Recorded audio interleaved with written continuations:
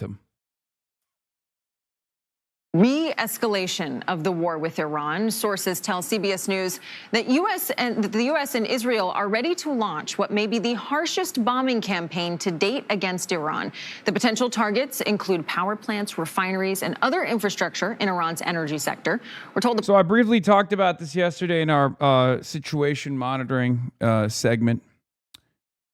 I don't think this is. I mean, it's insane. This is perhaps the most insane thing that we could possibly do for two major reasons. The president has yet to give the final go-ahead order for strikes. He's threatened for weeks to attack Iranian bridges and power plants if Iran could not reach a deal with the U.S. Olivia Rinaldi is in Bridgewater, New Jersey, near Bedminster, where the president is staying this weekend. Olivia, good morning. Good morning, Kelly. This would certainly mark a dramatic escalation in the war and the return of Israeli forces to U.S. combat operations, all while a ceasefire remains stubbornly out of reach. Well, we're going big. We've already gone big. At Camp David on Friday, President Trump suggested Americans prepare for the war with Iran to continue until Iran is diminished. They'll get a little stronger maybe now, but they'll get weaker, and then they peter out. They have no Navy, they have no Air Force, they have no anti-aircraft. Doesn't mean they don't have any capability. They have some, but very little. And on the prospect of a deal coming together, I'm losing faith in them because they do lie and they do misrepresent. But the president gave a rare defense of Iran after federal investigators announced they are looking into whether Iran was behind a coordinated cyber attack to target water systems across Minnesota. I would blame it on Minnesota and the governor, the corrupt governor of Minnesota. They like to say, oh, it was Iran. Iran should be so lucky. Iran's got bigger problems than worrying about Minnesota. The FBI says at least 7 states were impacted by the cyber attacks. And officials say there's no indication that Minnesota drinking water quality was compromised. Minnesota Governor Tim Walz writing on X, Trump knows exactly who is responsible for this attack. This is what modern warfare looks like, and it further illustrates there's no plan to win a war with Iran. But there was one. It is kind of crazy because American infrastructure is dog shit, so you never know. But also very funny that Trump is like, no, not my Iran.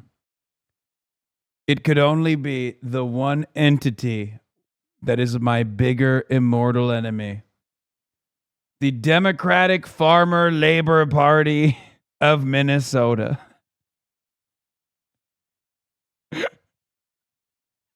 Not the IRGC.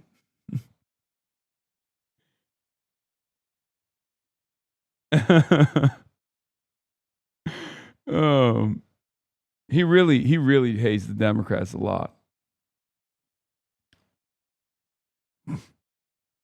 Surprise diplomatic breakthrough this week.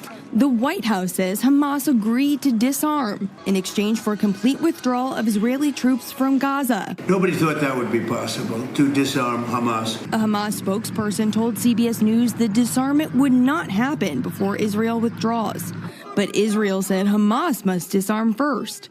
Still, the president touting it as a win. That shows you how much. If Iran is behind these cyber attacks on the U.S. water systems, the message is clear. It's a warning. If the U.S. strikes critical infrastructure in Iran, including desalination plants and power grids, Iran will respond in kind through cyber attacks against critical infrastructure in the U.S. Essentially, Iran will bring the war to the U.S. itself using cyber. The strategic mistake of starting and restarting the war is only becoming more enormous. Yeah. Now, is there proof Iran did it? I don't know. But I will say this.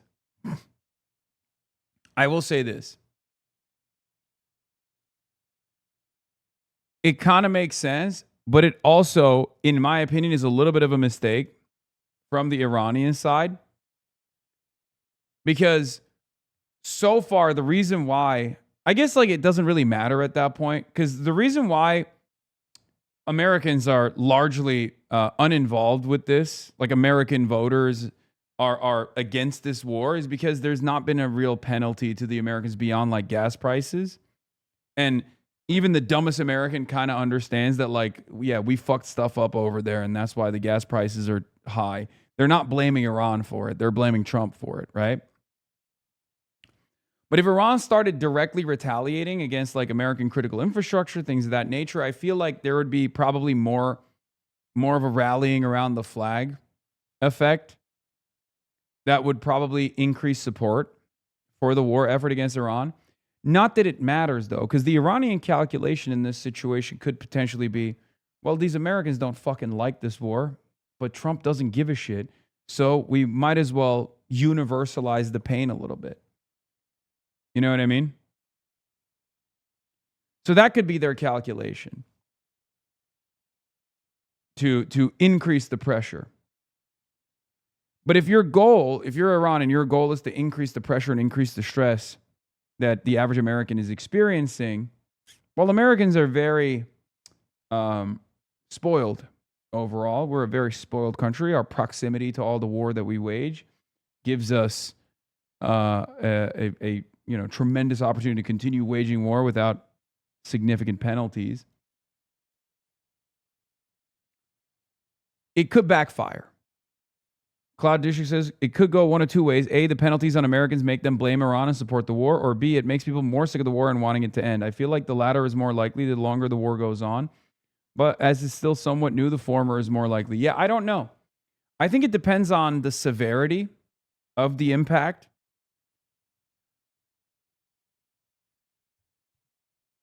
Lack of proximity. Yes, not proximity. Sorry. But I will say there is a country far closer to Iran. And yet that country seemingly has no investment whatsoever. Amid the escalation, Israel Hayom reports, it appears that Israel will not be involved in the expected American attack against Iran unless it is attacked itself. Once again, I'm not fucking dying for Israel.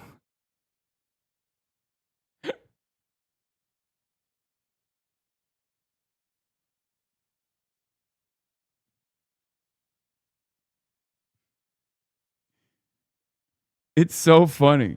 Only Americans, please. Only American corn-fed Iowa boys and girls get to die for Israel, okay? No, not. We're not sending our Air Force out there. What are you, crazy? They got anti-air defenses.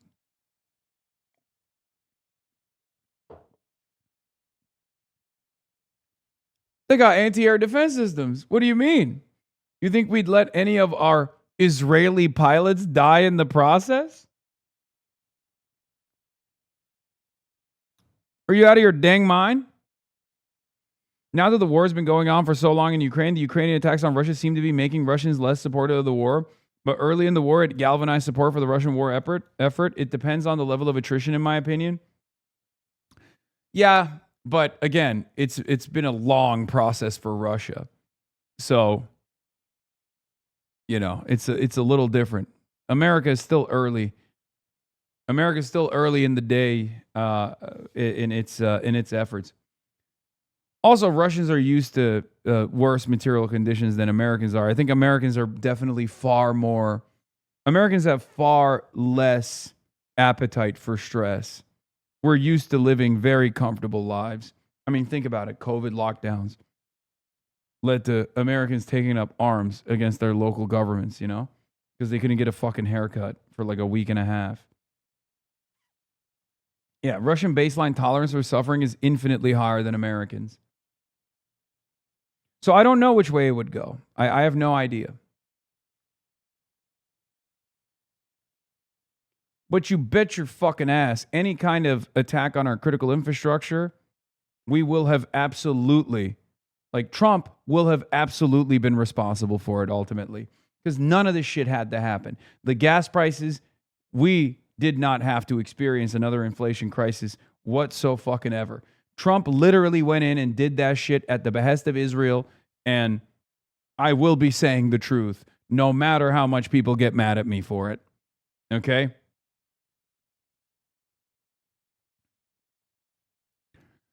Now, as far as the Hamas disarmament thing goes, Israel has also been in opposition to that, which is shocking, guys. It's shocking, I tell you. Oh my God, imagine my surprise. Imagine my surprise when I found out that Israel was not in favor of Hamas disarmament in exchange for leaving the Gaza Strip. What? What? You mean what?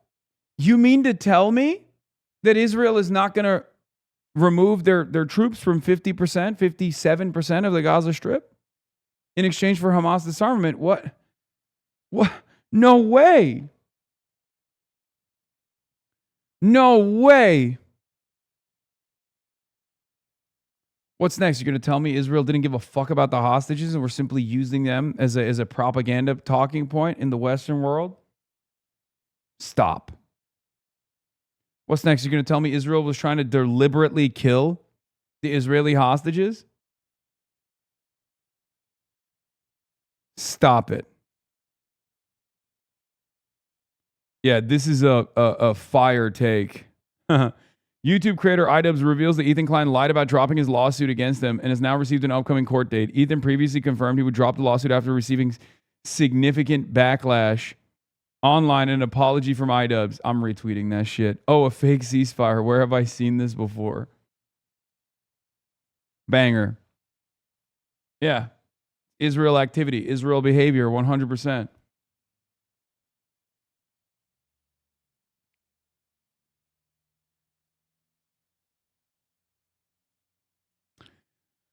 The U.S. almost also here going back to the situation monitoring. There's a new WAPO. Oh God, I don't want to fucking.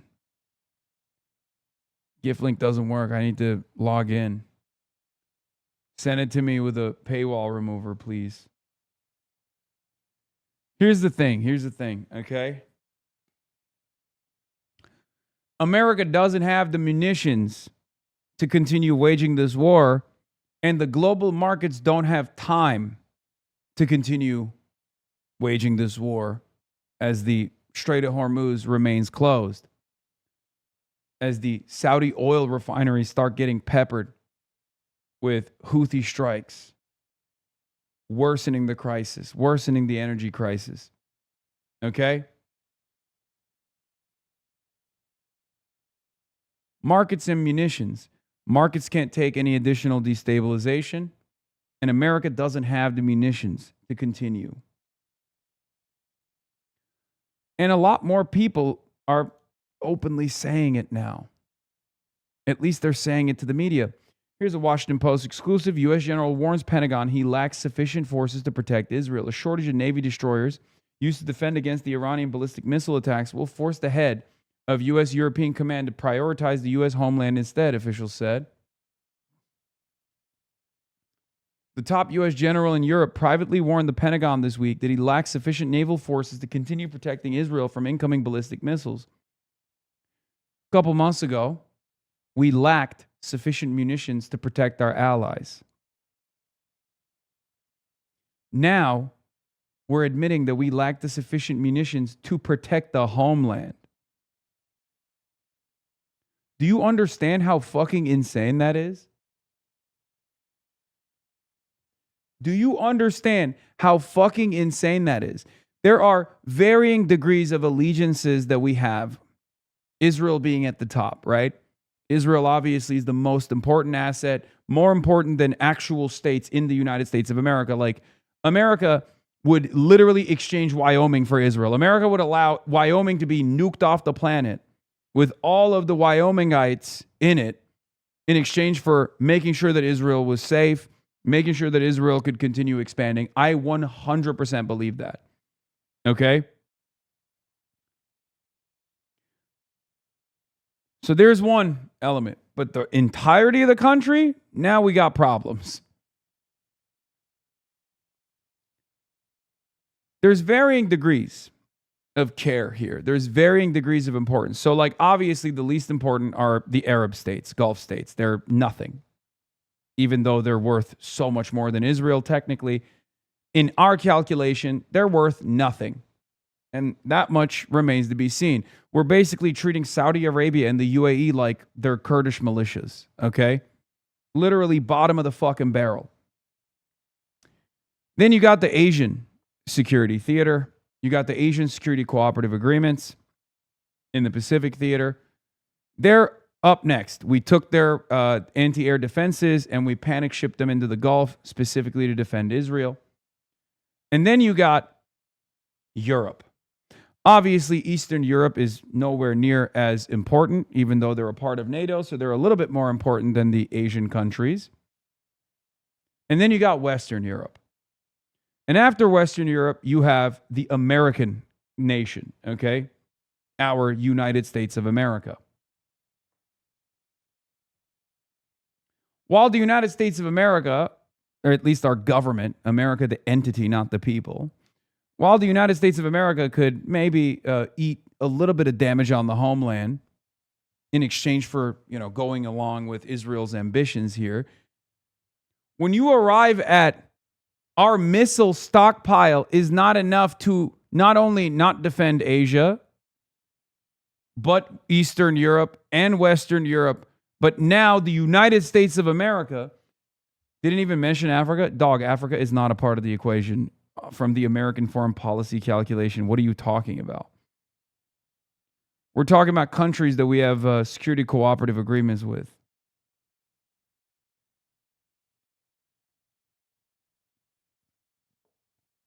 From the American calculation, Africa is a land for plunder and plunder only. That's it. Same with Latin America for the most part. You think America would ever defend any African country? What are you talking about? You think America would defend any Latin American country? What are you fucking talking about? It's not even a question. Africa and Latin America is just land for plunder, natural resources, and cheap, or at times throughout history, dark chapters of history, free labor. Okay?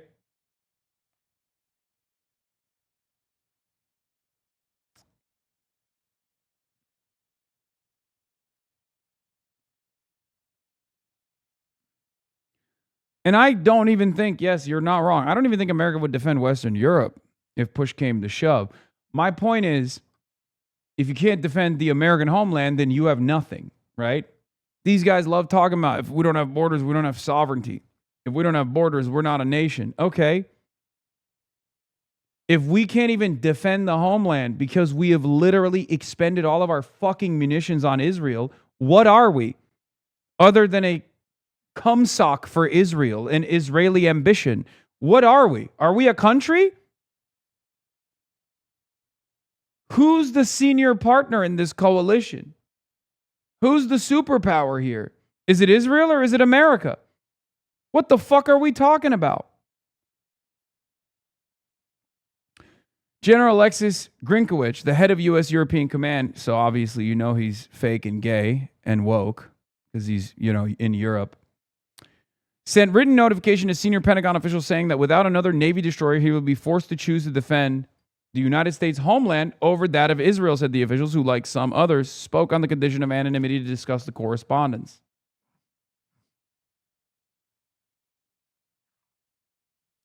A U.S. defense official said Grinkowicz's notification appears consistent with past outreach to the Pentagon from the military's top generals when they see certain risks that require Washington's consideration. This can occur, the official said, as commanders compete for finite resources and weapons. The Pentagon declined to comment.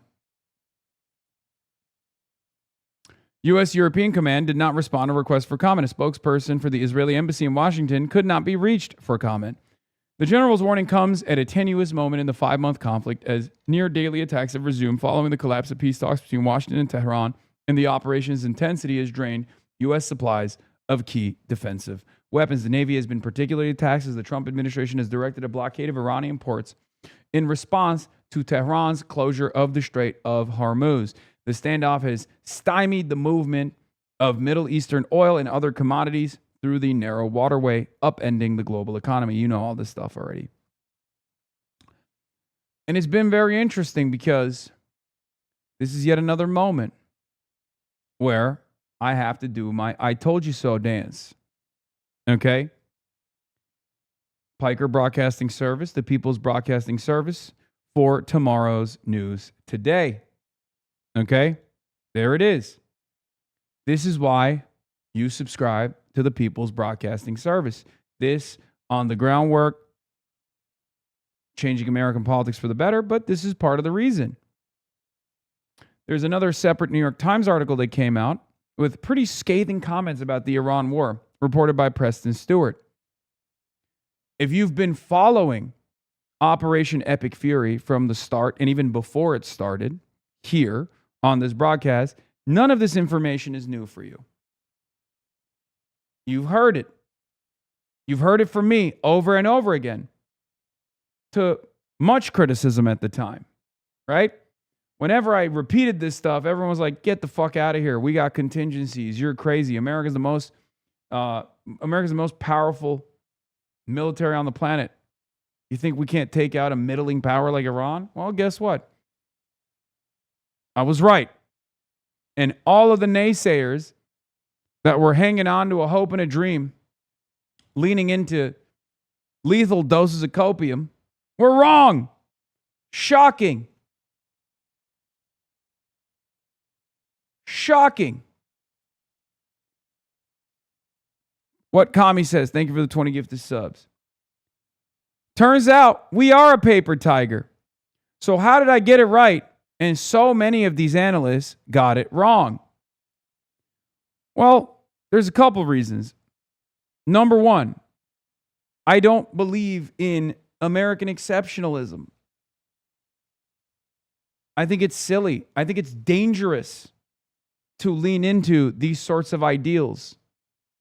I think sober analysis requires you to look at the situation and also look at the opposition, what they're saying, what they're doing, what their capabilities are, without this weird supremacist lens. This is how America used to operate, by the way. Even if they lied to the public overall, they wouldn't believe their own lies. Nowadays, it feels like when Maria Bartiromo is like, I can't believe it. What is going on? Why are we incapable of destroying the Iranian military like my beautiful president said? It sounds sincere, like she believed the bullshit. Maria, you're supposed to be the one peddling the bullshit. You're not supposed to believe the bullshit, you fucking idiot. Trilogy, thank you for the 20 tier 1 gifted subs. This is a huge problem. Even if you are pro-American empire, it's a huge problem. I have no problem saying this out loud because they're not going to fucking listen to me anyway. Part of it is because they don't listen to reason and they don't want to conduct sober analysis regardless. They don't want to listen to any naysayers. It's incredible, dude. Same issue with China. Our interpretation and our analysis in the Western world on China is significantly lacking because we are constantly underestimating them. Anything that they do, oh, there must be some other separate reason. Oh, they must be afraid. They must be scared of us. They don't have the power. They don't have the capacity to push back. Remember, I told you, Liberation Day. What did I say? China was not going to back away from this, that they had the capacity to push back against this idiotic thing that Trump was doing. It was going to alienate all of our allies, and it was going to fail. It was going to alienate our allies. It was going to cause volatility. It was going to increase prices, which it did. And last but not least, China was not going to back down, and that China was inevitably going to come back to the bargaining table and, create an environment of stability, as they always do, after America's trade partners recognized who was primarily invested in continuing international trade stability and who was increasing the volatility. And it worked. Right after that, Canada, the UK, even Germany, France, and many other countries, including Spain, went to China and cut bilateral deals without the United States of America, in opposition to the United States of America's demands for decoupling from China. Now, the reason why I got it right, and many Western analysts got it wrong, is because they don't want to look at what China is doing and take it seriously. So even if their goals are different than mine, because I believe in cooperation with China and not saber rattling against China, and they believe in opposing China and maybe even waging war against China, which I don't think we need to worry about any longer. The reason why we get it right at the Piker Broadcasting Service and they get it wrong is because I listen to what the Chinese officials are saying. I look at their capabilities. I look at the material realities. Because no matter how hard you can propagandize about our war efforts going well, at the end of the day, if Iran is still lobbing missiles at American bases with successive strikes, that means that you were just lying. Because talking points are not the same as successfully attriting the Iranian strike capabilities. Talking points only delude people over here. And the same warning I present one more time, this time on the markets. Because of the gracious nature of China, always trying to trade max, always trying to maintain global stability, for the last couple of months,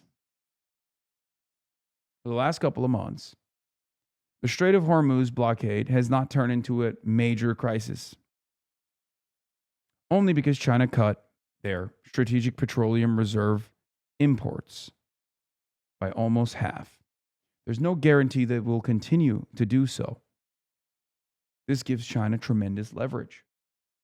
But without that, Trump's yapping about how, Iran is going to do a ceasefire. We're going to blow up Iran on Friday nights, and then Iran is going to do a ceasefire on Sunday nights, would go nowhere. Because at the end of the day, there is a hard limit to how much oil is readily available in the market. Because this is not a speculative asset. It's a hard commodity with inelastic demand. A hard commodity with inelastic demand that will inevitably run out. And once we hit that hard limit, there is going to be a cascading cataclysmic event.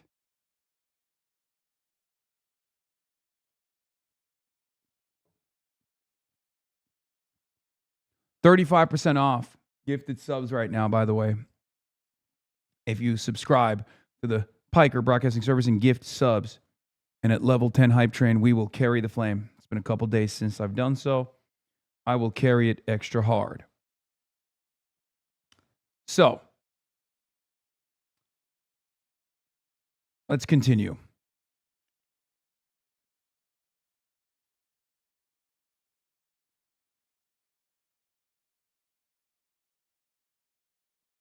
What are some of the other takes from this New York Times article? Robert Niblett, former director of the Chatham House, called it a strategic loss and an embarrassment, adding, for the U.S. allies and those who rely on the U.S. for security, this is confirmation that you can't trust the United States.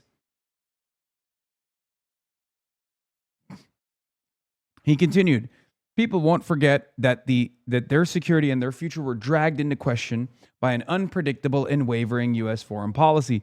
Who said these exact same words 3 months ago, 4 months ago? I did.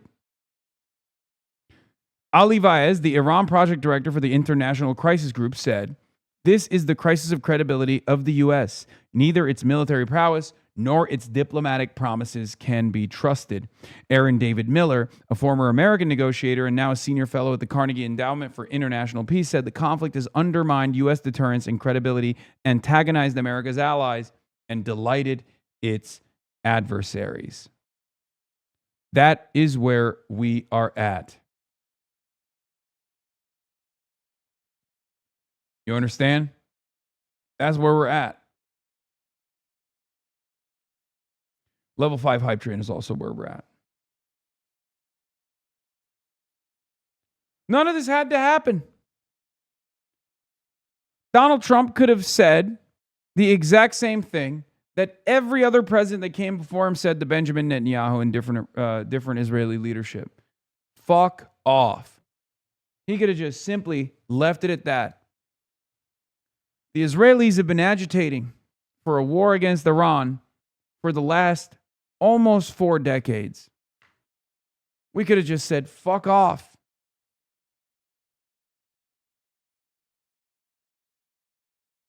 And here we are. Flag draped coffins coming back home. Price of gas is going up.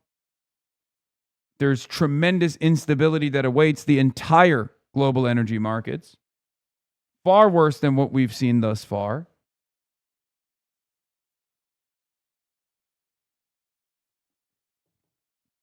Our allies are frustrated, partially because of our actions leading to great instability.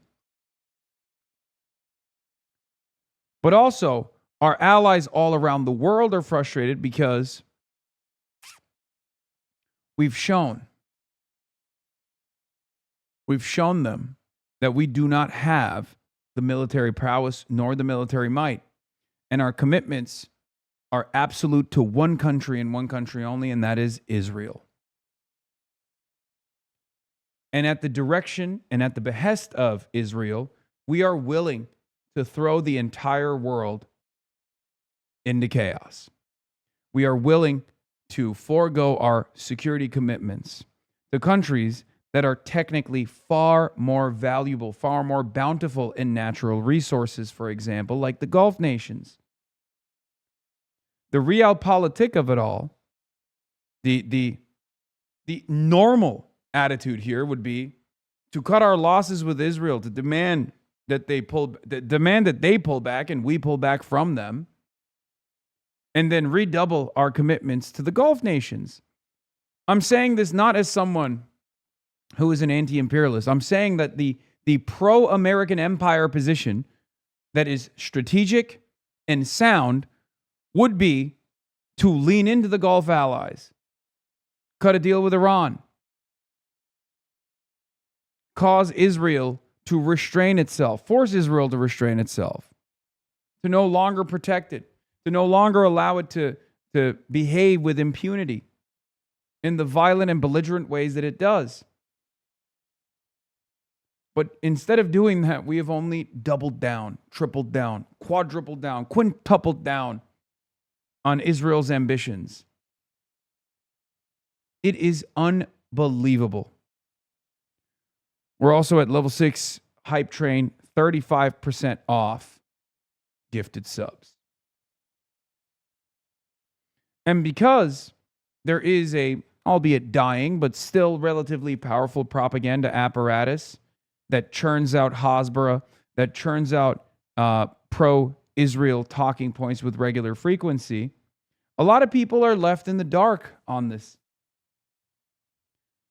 That only could have been cultivated after 80 years of unconditional loyalty, by the way. That's it. That's why there's no other country, as far as our examination of foreign partnerships, foreign allegiances, there's no other country like Israel. Israel stands alone. We're at level 7 hype train. Only 3 levels remaining. 35% off, 5+ gifted subs.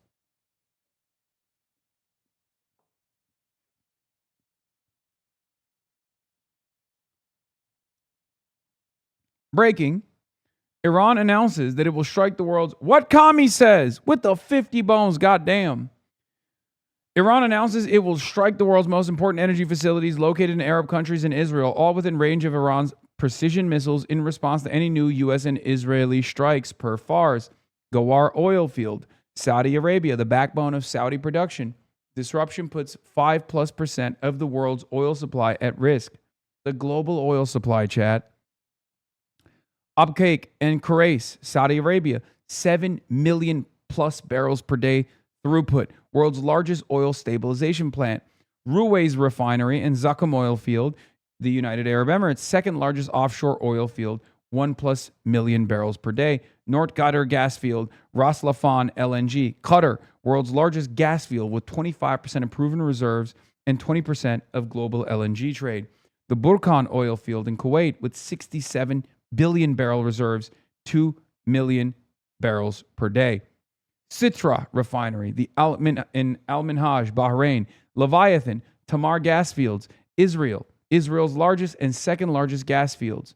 Iran adds that during the 40-day war, Iran bombed Qatar's most important gas refinery in response to a strike on the South Pars facilities, with Trump apologizing in Truth Social, promising it will not happen again.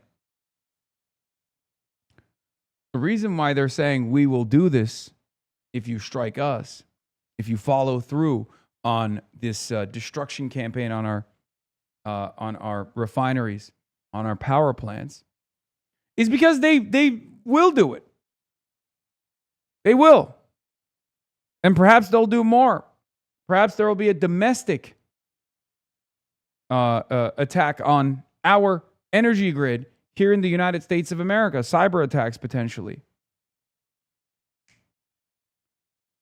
Mark Ames says, Iran has to pre-announce the global catastrophe they can inflict because the Trump admin still hasn't learned from 5 months of failed warfare, and Trump himself says he had no idea Iran was shut down the Strait of Hormuz in response to getting attacked. However, Trump is so far gone, even if Iran were to tattoo their response plans and capabilities to his eyelids, he wouldn't process it. This absurdity is dangerous.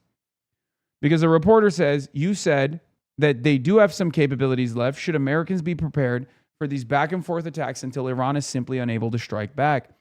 Trump's response is, they'll get weaker, they'll get stronger maybe now, but they'll get weaker, and then they peter out. Yeah, sure, I think so. This is so insane. We are at the mercy of a complete and utter buffoon who we know has no care and consideration for the damage he can deal to other countries and its civilian population. But seemingly, he has no care or consideration for the damage that we will receive in retaliation. Level 8 hype train almost done. Citrinowitz has a take on it called the mutual assured destruction. It is. They don't need a nuke. They have the nuclear option on trade, which they've deployed, and that didn't stop Trump. And they have the nuclear option on all of the oil refineries that they can light on fire and permanently cripple the global energy markets in a way that Trump can't yap his way out of.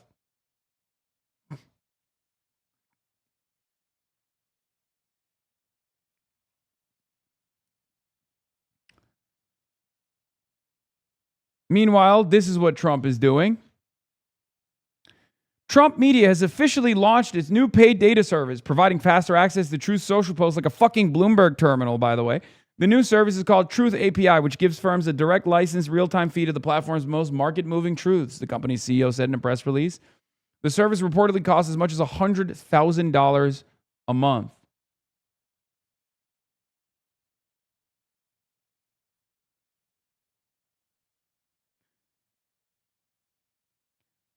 Half the time I can't 20 seconds remaining at level 8 hype train at 95%. 10 seconds remaining. And we've officially made it to level 9 hype train. Only one more level remaining. 35% off gifted subs. Ladies and gentlemen, boys, girls, and MBs. 35% off 5+ gifted subs. If you subscribe to the People's Broadcasting Service for tomorrow's news today, the Piker Broadcasting Service at level 10 hype train, we carry the motherfucking flame. You already know. Kivtosh, thank you for the 5 gifted. Riney TV, thank you for the 5 gifted. Arcade265, thank you for the 10 gifted. Sailor Chaos, thank you for the 5 gifted subs.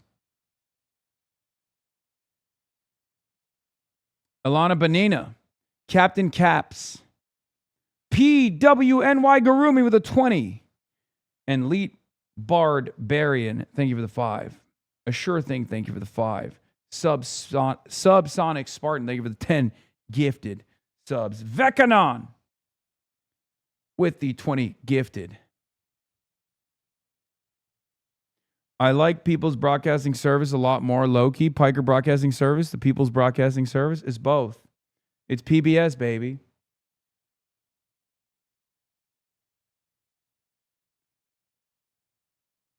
This is what Trump has been truthing, by the way. And for $100,000 a month, you could get access to these truths before anybody else does. Only Trump. It's in his DNA. What does this mean? What the fuck does this even mean?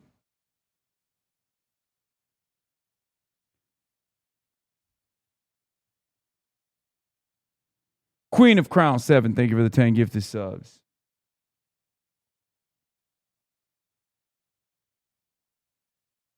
He's got Biden brain.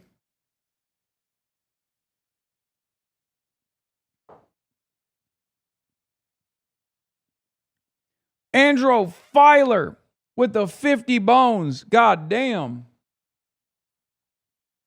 He's touching the wall. Anyway, Trump, on the other hand, says Iran is doing very poorly. Just in case you read incorrect stories, they're doing very, very poorly. They're having a hard time. Their missiles have been largely, they have some left, they have some, but they have far fewer than they had 4 or 5 months ago. Their manufacturing capacity is almost gone. The drone capacity is almost gone. They have very few, but they have some. We're in there 5 months. Oh my God. Closed presence. The strait is closed, but closed presence is back nonetheless with 100 bones.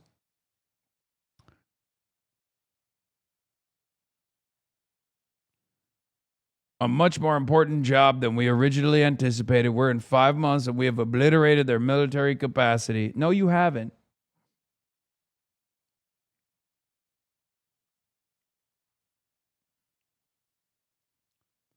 No, you have not.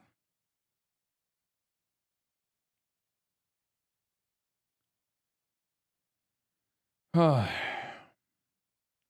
35% off gifted subs. Cooter Max Pig at level 20. Farm subs, Hasan. Give us something, man. No, I'm not going to do that. We failed to get to 20 the other day. We only got to like 17.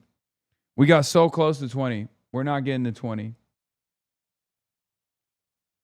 Falcon Pack.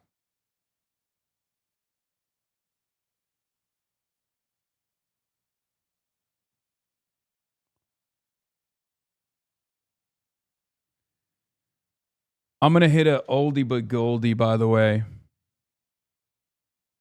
He stood unshaken. Yep. A voice in the Yep. storm. A man of conviction. It's been a minute, lads. He spoke the truth where the cost was high. He lived for Jesus, unafraid to die. We are Charlie Kirk. We carry the flame. We'll fight for the gospel. We'll honor his name. We are Charlie Kirk. His courage our own. Together unbroken. We'll make heaven known. A husband, a father. His family held near. A home built on scripture. On faith without fear.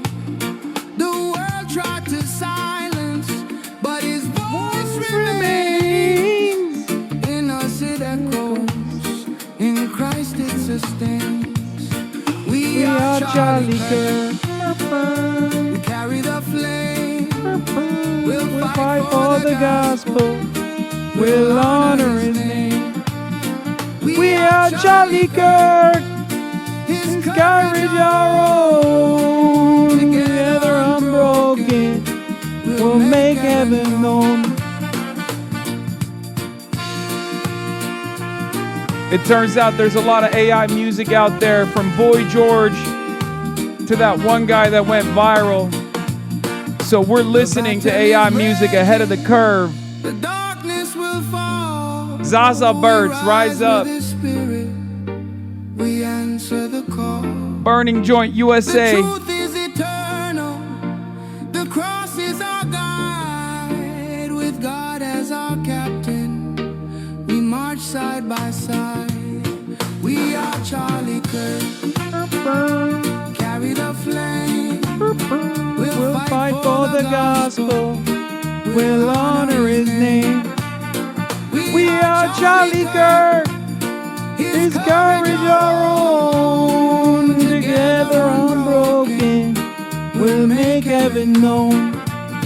We are Charlie Kirk. We are Charlie Kirk. Forever alive.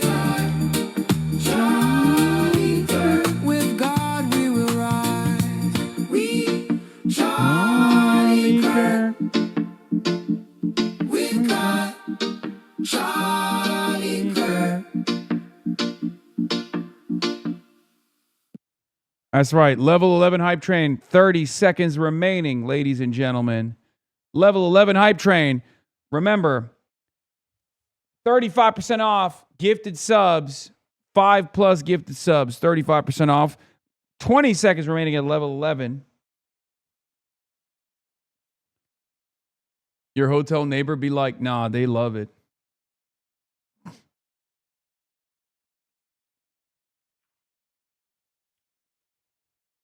Four seconds remaining. Hype train is almost over. It's Jover. We're busy. You were not. Thank you for the 20 gifted subs, but you were not able to bring us in there. Hype train. Treasure chain complete at level 11. All right.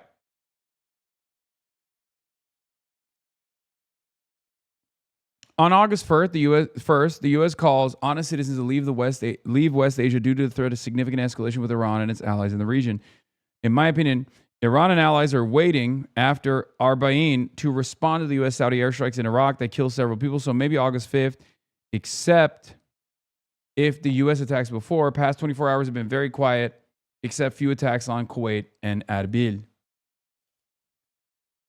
Israel's hospitals enter a stage of high alert across the country. It seems to me like they're gearing up for more conflict.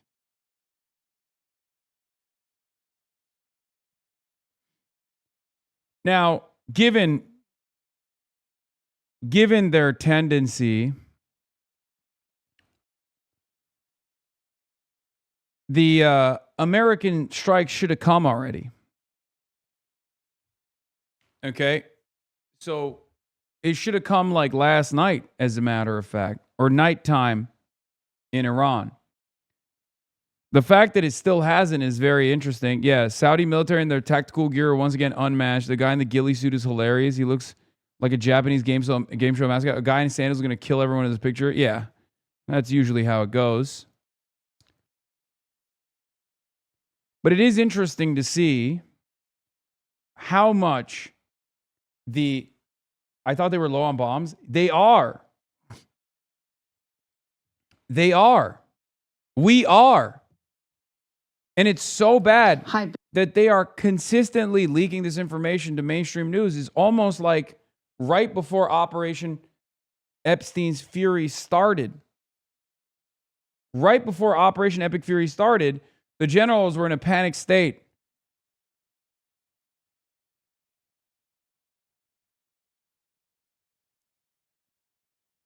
Here is Fox News covering it. That's when you know, when this lady comes out in the morning show and starts saying truthful shit, understand that the situation is not great. Bill, well, the Pentagon is confronting a growing reality after months of fighting in Iran. America's stockpile of missile defense interceptors is shrinking so. We're low on defensive munitions, not actual bombs. Yes. But we're also low on standoff munitions as well. Okay? Here's the problem, and I keep repeatedly explaining this over and over again. We have expended and depleted a decent chunk, almost half of our standoff munitions. The reason why we've utilized our standoff munitions rather than our bombs, right? Gravity bombs, unguided, guided gravity bombs, is because we have not been able to establish air superiority over the Iranian airspace. Iranian anti-air defenses have still been lasering American planes. Okay?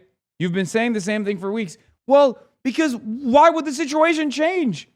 It's not like we magically figured out a new weapon that can evade their anti-air systems. I've been saying the same shit over and over again because we've been doing the same shit over and over again. I know I sound like a fucking broken record. Every damn day I turn on this stupid fucking stream and I keep repeating myself because Trump keeps repeating himself. It's not like it was untrue months ago. It's just more true now than it was even last week. What can I do? Donald Trump goes on television and says, we won the war. We've destroyed the Iranian Navy. We've destroyed the Iranian striking capabilities. We've successfully attrited their strike capabilities. We've destroyed their defenses.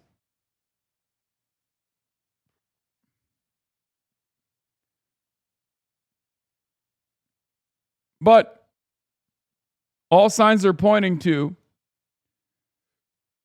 a potential escalation. All signs are pointing to a potential escalation as the State Department is urging Americans to consider leaving Middle East as regional conflict escalates. It's fucking rinse and repeat every damn day, man. Trita Parsi also has an assessment on the U.S. general from European Command, warning Pentagon that he lacks sufficient forces to protect Israel. Trita says, I see three plausible explanations for this move. One, this is a genuine attempt at preventing a likely U.S. escalation in the making. Two, this is intended to give Trump a way out. Trump can continue to portray himself as tough and willing to take the fight. But the problem is with military readiness. Three, this is deception aimed at lulling Tehran into a false sense of security only for Trump and Netanyahu to attack Iran in a major escalation in short order.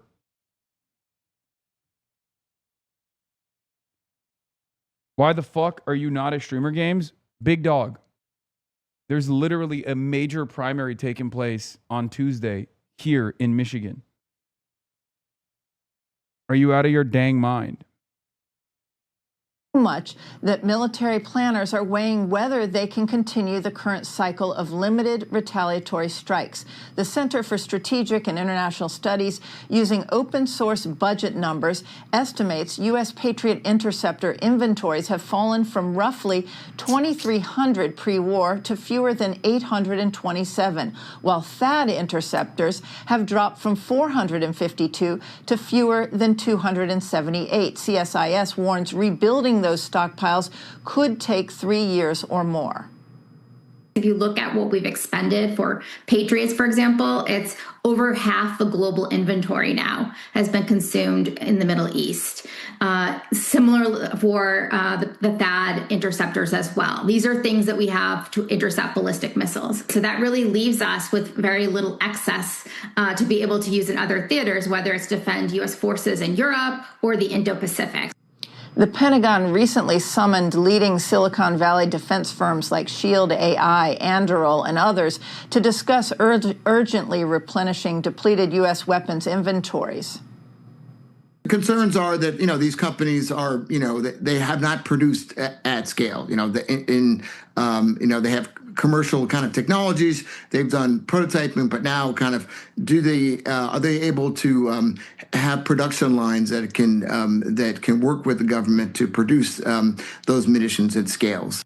Since 2024, 10,000 new defense tech companies have entered the market. This former Navy SEAL started Shield AI over a decade ago and recently returned from Ukraine, where his AI-driven targeting systems are being used. Defense tech was not a word in 2015. Venture capitalists thought we were crazy when we said we wanted to work on this mission of protecting service members and civilians. Yeah, it's a fucking hashtag ad. Jesus Christ. Anyway, yeah. The U.S. blew almost its entire clip protecting Israel. Who cares about EUCOM or protecting the homeland? Everyone is a part of CENTCOM now. The U.S. must sacrifice everything for Israel. That's increasingly becoming the reality here. It's actually insane. Success we're having with Iran. Because if you go 4 months ago, 5 months ago, a deal like that would have been impossible. Now, White House and Board of Peace officials say it could take months to implement that agreement between Hamas and Israel. And Adriana, we should note the war in Iran has now entered its 6th month. An important note, Olivia. Thank you so much. Overnight, the U.S. Embassy in Jordan issuing a security alert urging Americans to consider leaving the Middle East as U.S. assets and allies in the region face attacks by Iran. Meanwhile, here at home, President Trump took Friday's cabinet meeting to Camp David, where he told reporters the military is ready to ramp up strikes if progress isn't made on the diplomatic front. Steve Harrigan joins us now with the latest. Steve. That's right, that warning from the U.S. Embassy in Jordan telling Americans not to travel to the region or if they are here now to consider leaving. And it comes as President Trump has issued a warning that the U.S. could launch major attacks against Iran. The president saying those attacks could come as early as this weekend and they could last for several days. Here's the president. We'll be hitting them. We'll be hitting them very hard. And at some point they're going to say, we just can't take it anymore. Great way to spend tax money to wage war on the other side of the world. Yeah, war that also has negative consequences for Americans here. Like, Donald Trump ran and won on fixing the prices. This was the promise that he made. He ran on being the peace president. He ran on ending wars. And he ran on fixing prices, right? And of course, shutting off the border and purging all the brown people from the U.S. boundaries, okay? As far as promises made, promises kept goes, he is quite literally doing the exact opposite, okay? He ran on fucking peace and lowering prices. Prices are increasing, and there's less peace than ever before.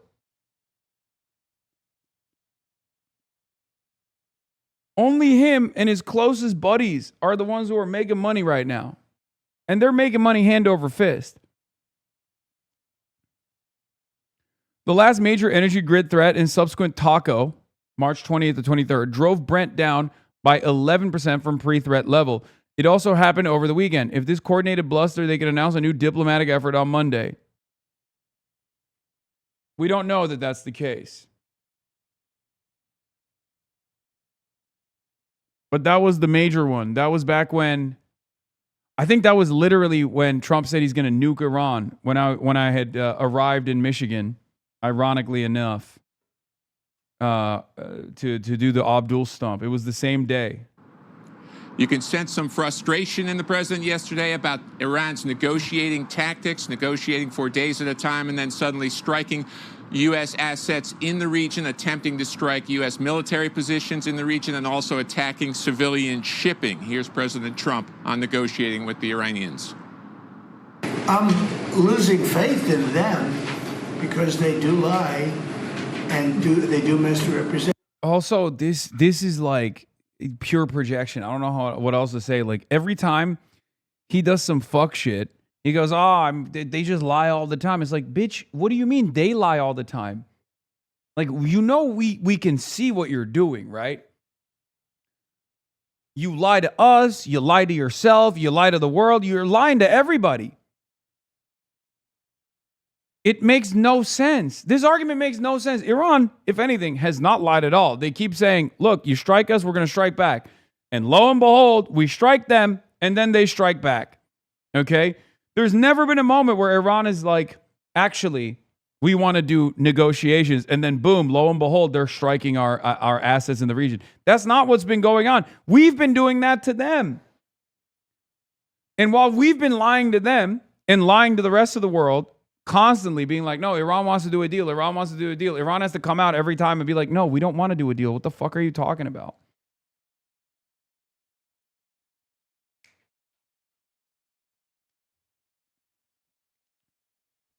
Iran has been pretty fucking straightforward every damn day of the week. Well, the other day, the 5 missiles were shot.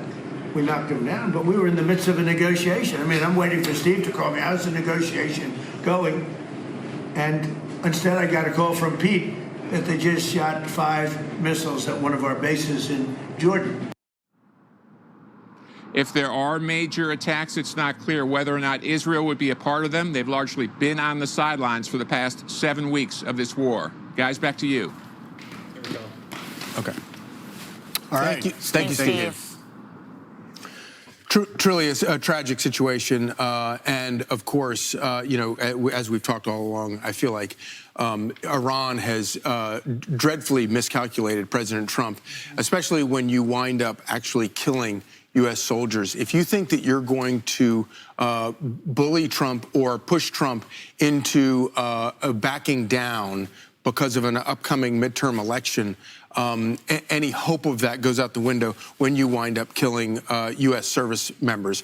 We lost the lives of 3 service members in Jordan on a base after it was struck by missiles from Iran. One of those soldiers was laid to rest yesterday, I believe, in New York, in Queens, and the among the people that were there was Mayor Mamdani, who was intending to speak at the event, at the funeral, and the family was not interested in having him speak at the family. Here's the New York Post. Yeah, there he's on the right.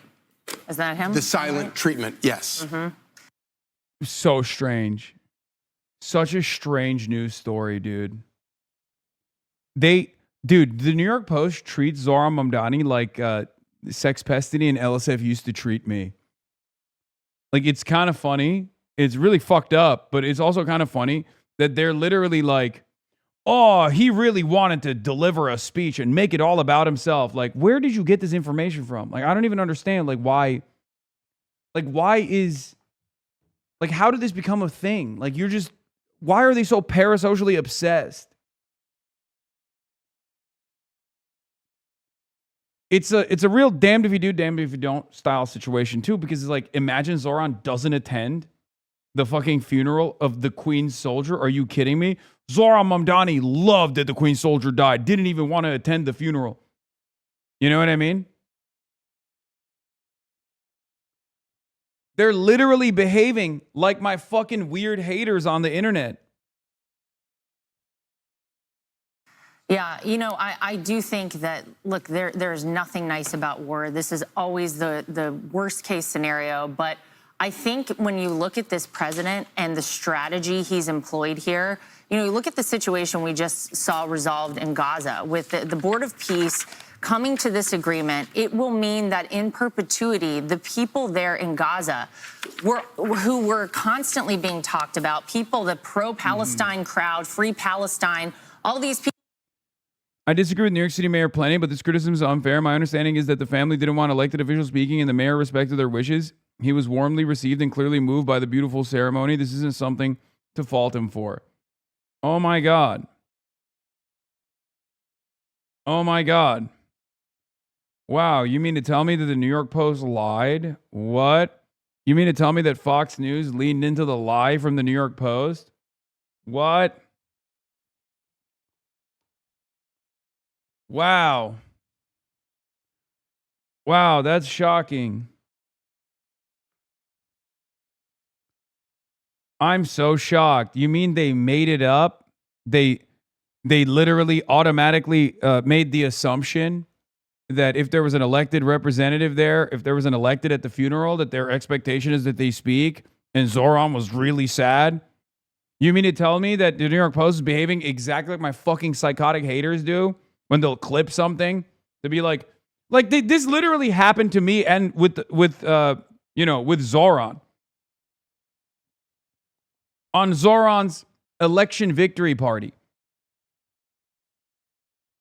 Like, I got the fucking 5-star VIP treatment over there. Obviously, this was a major night for this entire movement. We're all celebrating. Next day, I go online and everyone's like, oh, dude, it's crazy. I can't believe you got fucking owned. I can't, lol, you deserve it. Zohran denied you entry into the event. It's like, what the fuck? Why are you inserting yourself into the story? Because I'm a fucking Twitch streamer. And there is the exact same through line that exists in some of the dumbest fucking drama farmers on the internet with respect to how the New York Post is operating. I'm trying to use an analogy from a personal anecdote as an example to show you how fucking stupid mainstream outlets are. Is that okay? It's called an explanation. The expectation I have is that not New York Post, but at least like Fox News is not going to just like literally behave like LSF does with me. Is that appropriate? Am I allowed? I know it's a fucking very strange analogy. It's a very strange example, and yet it fucking works in this situation. Here, you're getting shook. Oh, you need to take the camera out? Okay. Here, you can take it.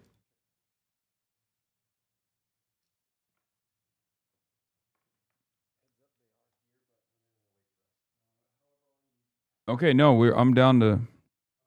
But aren't we going to be early?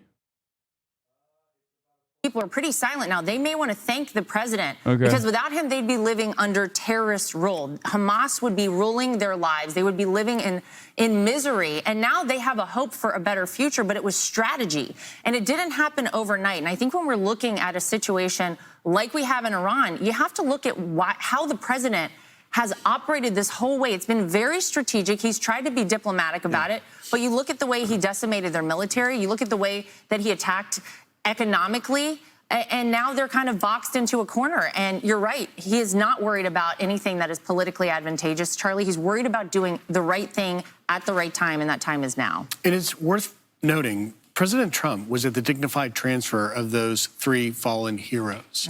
And he saw those caskets draped in the American flag being carried. I mean, he's literally at the scene of the crime. You know what I mean? But yeah, he's responsible for those deaths. Like, he's directly responsible for those deaths. It's very, very weird that you would just bring that up. If I was Fox News, I probably wouldn't even mention Trump in that situation at all. You know what I mean? Off of a plane coming back to the U.S. You saw in that video of Sergeant Rampersad yesterday being carried in a flag-draped coffin. President Trump has talked about the hardest job any president has, is going to Dover and greeting a dignified transfer. And I think that this family feels that, listen, you have done nothing but rail against President Trump. You're the mayor. Stay out of the foreign policy. They're making shit up now. This is literally Reddit comments under an LSF post. I cannot believe it. I cannot fucking believe it. Fox News, the most popular network news program, is behaving in the exact same way that Redditors do on LSF. They made up a story. They took something out of context. They made up a story. And now they're adding additional commentary onto that completely made up story. This is just fan fiction, okay? And who are they using for this made up story? A dead soldier, okay? A 19-year-old who didn't need to die at all, but died because our president decided to listen to the real American president, Benjamin Netanyahu, and start a fucking dumbass war with Iran. Unbelievable. What the fuck? Lane. And also, do not simply bring politics into the most sacred, painful moment of our lives. And you have to really put that in context. What the fuck? And you begin to have empathy for the family and why they felt that way. But yet, Mayor Mamdani is bringing politics into it. Yeah. You just, dude, what the fuck? What the fuck? All right. Are we ready?